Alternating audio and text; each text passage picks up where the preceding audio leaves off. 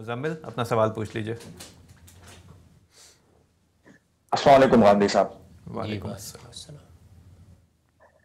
سر ایک سوال ہے میرا سورہ مائدہ کی آیت 110 کے حساب سے، اور اس میں جو یہ ہے کہ حضرت عیسیٰ کے بارے میں کہ وہ جھولے یا ماں کی گود میں اور اس میں بڑی عمر میں کلام کریں گے، تو میں ایک سن رہا تھا کسی اسکالر کو جنہوں نے کہا کہ اس کا مطلب ایک یہ بھی ہو سکتا ہے کہ یہ آیت میں یہ ہے کہ یہ ان سے جھولے اور بڑی عمر میں تو وہ لوگوں کے لیے ہے، اس کا مطلب ایک یہ ہو سکتا ہے کہ وہ ہر قسم کے لوگوں کو اپنی دعوت دیں گے، بچوں سے لے کے بڑوں تک۔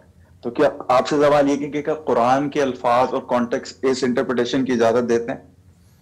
نہیں، اس کی کوئی گنجائش نہیں ہے۔ وہاں جو بات بیان کی گئی ہے وہ جس طرح لوگوں نے سمجھی ہے اس طرح ہے ہی نہیں۔ اس میں اللہ تعالیٰ نے یہ بتایا ہے کہ وہ اپنی نبوت کا کلام کرے گا، یعنی گہوارے میں بھی اور بڑا ہو کر بھی۔ یعنی مطلب یہ ہے کہ وہ اپنی نبوت کا اعلان کریں گے، وہ ایک معجزہ ہوگا، اس کی بنیاد پر ان کی والدہ پر الزام بھی نہیں آئے گا، لوگ بھی پیچھے ہٹیں گے۔ وہ نبوت کا کلام ہوگا، وہ قرآن میں نقل ہوا ہے کہ اس موقع پر انہوں نے کیا الفاظ منہ سے نکالے، اور بس وہ کلام کے بعد معاملہ ختم ہو گیا۔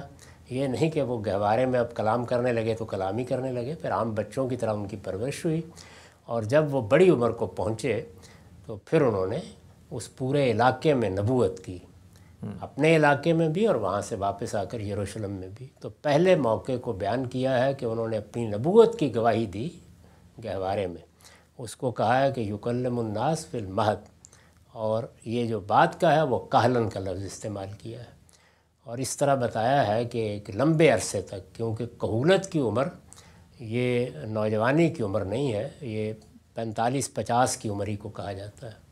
اس لیے قرآن نے یہ لفظ کہہ کر اس کی بھی تردید کر دی ہے کہ وہ 30 سال کی عمر میں دنیا سے رخصت ہو گئے۔ ٹھیک ہے سر، بہت شکریہ۔